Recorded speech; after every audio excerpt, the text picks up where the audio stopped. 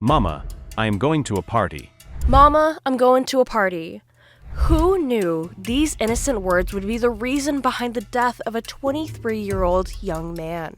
I always tell my grandkids and great-grandkids, always watch your back and don't think everybody's your friend, you know. April 3, 2004 started as a normal day at Maria Ramirez's house. Her son, Alonzo Ramirez, informed her that he's going to a party in the evening. When Maria inquired about the party, Alonzo said some guy is leaving for his service and it's his farewell party. After some time, his friend Justin Sprague picked him up.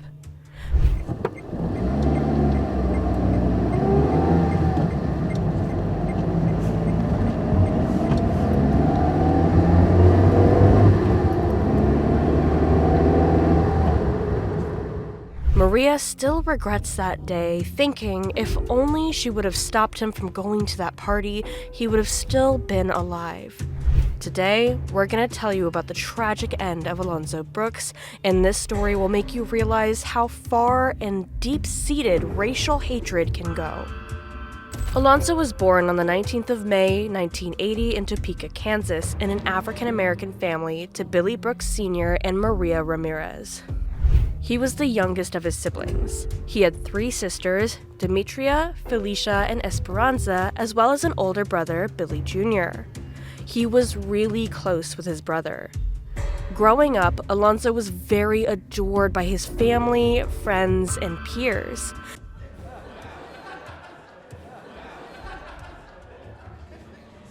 He was very athletic, he loved football, and was very much into karate since he was a little kid.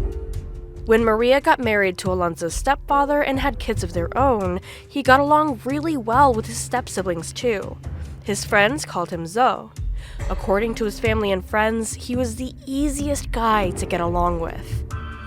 The party scene in their town was more like, "Hey, there's a party tonight, let's go." They didn't have the concept of a pre-planned party, and the day of April the 3rd was no different. Alonzo's friends got calls from their mutual friends who informed them that a bunch of people are going to a party and they could tag along. Along with Justin, Daniel Fune, and Tyler Broard were attending the party as well. Alonzo wasn't a very outgoing person, plus he was a bit older than the group of friends that he had. Hence, he wasn't very active or regular in the party scene like they were. The party was being held in Leine.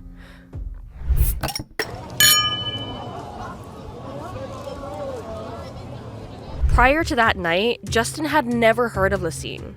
It was a small town in Kansas that was about an hour away from their town. It wasn't very populated, had very few houses, 1 grocery store, and 1 gas station.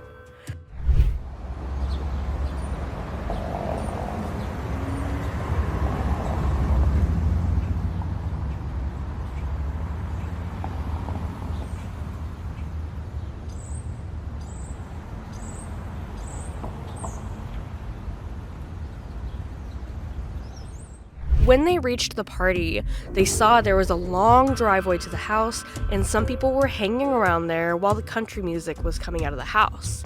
Alonzo shouted at them, "Who wants a beer?" And that one sentence turned those strangers into his friends.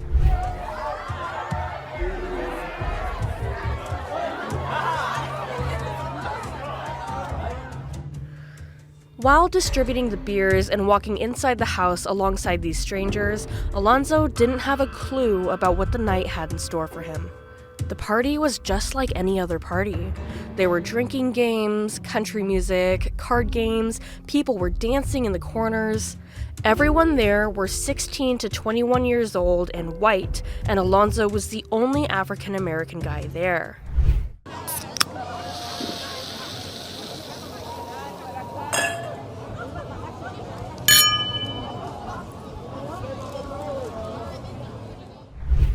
In the beginning, that didn't really seem to be a problem. Alonzo was getting along with everyone, participating in games and nailing them. Amongst the 30 to 50 people in the party, only 7 to 8 of them were from their town, Gardner. Alonzo and his friends didn't know most of them, yet they were enjoying themselves because the group was of a different demographic than the ones they usually hung out with. People, boys and girls with country-based lifestyle and a cowboy attitude. After some time of drinking, playing, and dancing, Alonzo's friend Daniel noticed that Alonzo is having a heated argument with a guy.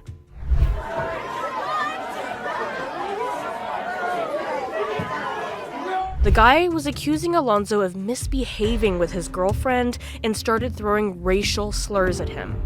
Things were about to get physical when Daniel stepped in between them and stopped the argument.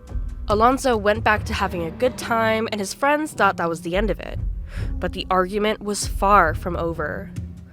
An hour after that incident, around 11 p.m., Daniel and Tyler left for another party with a few of their hometown friends and said goodbye to Alonzo. Justin was supposed to give Alonzo a ride home, but he went out to buy a pack of cigarettes after Daniel and Tyler left and got lost after taking a wrong turn. He called another friend named Adam, who was also at the party, and asked him to give Alonzo a ride back home. Justin got his car fixed and went back home extremely late.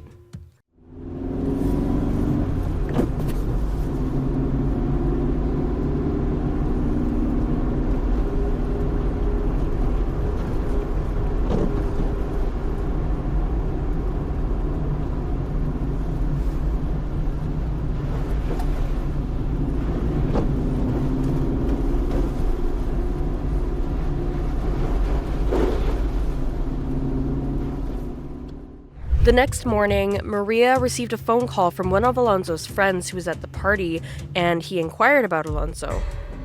Maria went to his room and saw that his bed was still made and realized he hadn't been home at all. It wasn't like Alonzo, since no matter where he went, he always came back home at night. It was a Sunday morning. All his friends who were at the party woke up with phone calls and concerning news. Alonzo didn't make it home after last night's party, and no one knew where he was. When Justin asked Adam, he mentioned he had lost Alonzo at the end of the party and looked for him. When he couldn't find him anywhere in the house, he assumed that Alonzo may have hitched a ride with someone else. Maria called Rodney, Alonzo's best friend.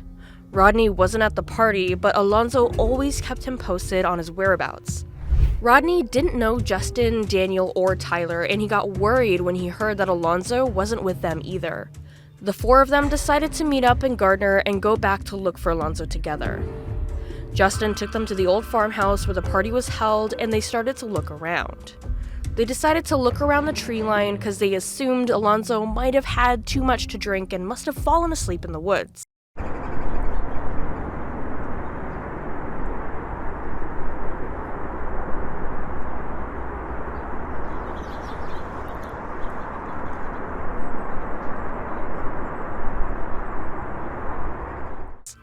Once they crossed the street, they finally found Justin's hat and a boot. Suddenly, a guy came up to them driving a four-wheeler from the farmhouse and asked them to leave. That's when they realized something was terribly wrong. They didn't feel safe there and knew they had to leave. Before the party, Alonzo's friends didn't know that Leine was a white-dominant town and racism is extremely common among the people living there. The vibe around them was so negative that they left immediately while Rodney kept telling Justin that he shouldn't have left Alonzo alone in the middle of nowhere, an hour away from home in a town like that. After they got back to their town and informed Maria that they couldn't find Alonzo, Maria immediately went to the police station to file a missing persons report, but the sheriff's office asked her to wait for 48 hours to see if he came back home. On Monday, Alonzo's brother Billy and his wife drove to Leine and got in touch with the owner of the house where the party was held. They found out that the house was empty. It was a rented house.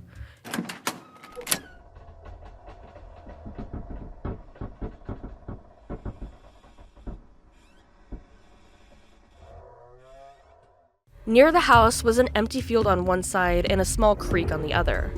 They drove through the highways and cruised through every area of the town to look for Alonzo. People in the town were staring at them in a very weird manner. All eyes were on them, and it was very evident they didn't want them there. After searching for him everywhere, they both went to have a meeting with the sheriff.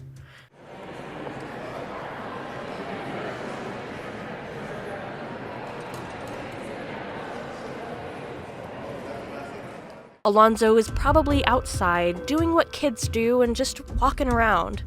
But the question is, how many people walk around with just one shoe on? Alonzo's family was depending on the police to do their job and was following up with them every single day. 19 Sergeant Central. 19 Sergeant check. 19 Sergeant Central. 19 Sergeant check. Leine County Sheriff Paul Filla was a deputy during the disappearance of Alonzo. He went to the house where the party was held, and Alonzo wasn't there. The house was completely empty, and it didn't even look like there was a party just a few days back. The police officer walked the creek bed, but didn't find anything that could help them find Alonzo.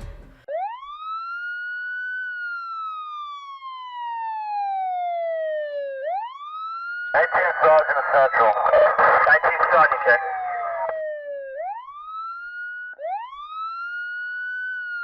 19 Sergeant Central. 19 Sergeant check. On April 7th, the case was turned over to the Kansas Bureau of Investigation. For the next few days, a very extensive search took place. KBI's evidence recovery team went over every inch of that place with search dogs. They even sent out a helicopter but couldn't find anything. The FBI joined the investigation to find out if Alonzo had been the victim of a hate crime. On the 12th of April, an underwater rescue and dive team was brought in. 6 people from the dive team looked through and through but didn't find any indication that suggested a body was in the creek at all.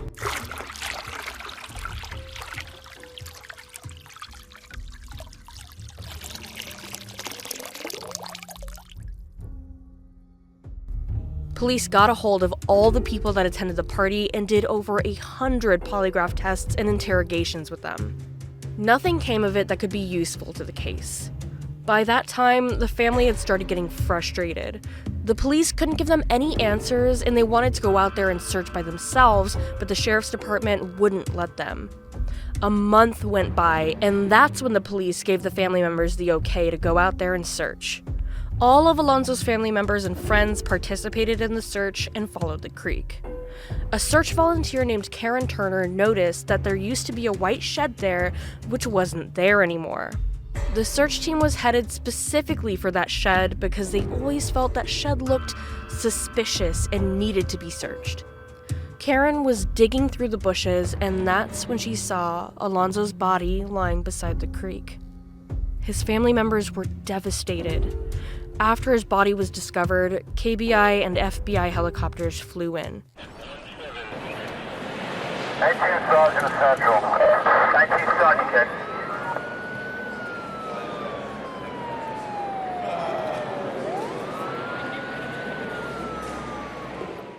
The family went to town to attend a press conference since Alonzo's disappearance had turned into national news by then. Alonzo's body was taken to the forensic examiner as major foul play was suspected behind his death. The forensic examiner, Dr. Eric Mitchell, had Alonzo's decomposing body in a body bag at the beginning of the examination. The body was clothed and it had some personal items, including a ring with it.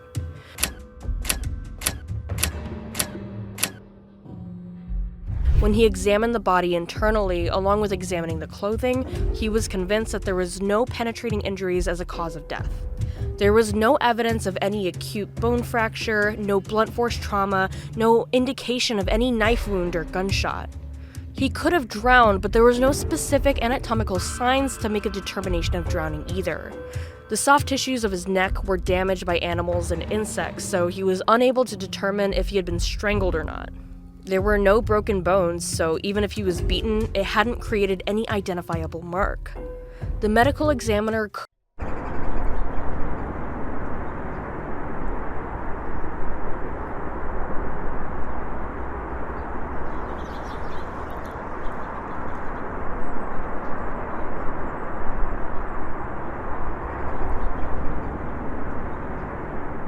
could not determine if it was an accident or if he was murdered. Alonzo's family, on the other hand, was very certain that Alonzo's death was not an accident, and they definitely had reasons to think that. His boot and hat were found on the side of the highway, which was far from the location where his body was found. It's like somebody was driving down the road when they pulled out of the farmhouse, threw a hat and boot out this way, and then grabbed another boot and threw it out as it was driving down the road. That's the only theory I could come up with. It looked like someone just threw them there while passing by the highway. On the night of the party, 4 men were living in that farmhouse. They were evicted almost right after the party went down. There were a lot of opinions and speculations that started going around on the web about what had happened. Some said he went for a swim and drowned. Some thought he was being held captive somewhere and was tortured for a long time. Some people thought that the death was accidental and resulted in a desperate cover-up. There were rumors that said that maybe he did start walking along the highways and someone picked him up. Some people said Alonzo was chased down the highway. He tried to run after the party. Some said somebody kept him in the trunk of a car and tortured him. Some of these rumors could have actually been true. Police investigated and found out there were a couple of drunken fights. There was also one particular piece of information about a white girl. Either she flirted with Alonzo or Alonzo flirted with her, and they got too friendly.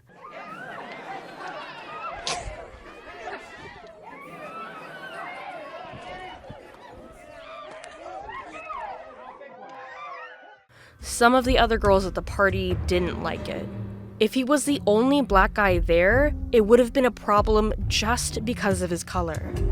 His friends think that Alonzo got mad about some racial slurs and got jumped and beaten up by a group of people. Since Alonzo had a good physique, it would have taken a big group to take him out because he wasn't someone to just give up, according to his family. The sheriff and Alonzo's family thought it made absolutely no sense where Alonzo's body was found because KBI and FBI had conducted thorough searches in that area with their search dogs, dive teams, and even with choppers, they still didn't find anything.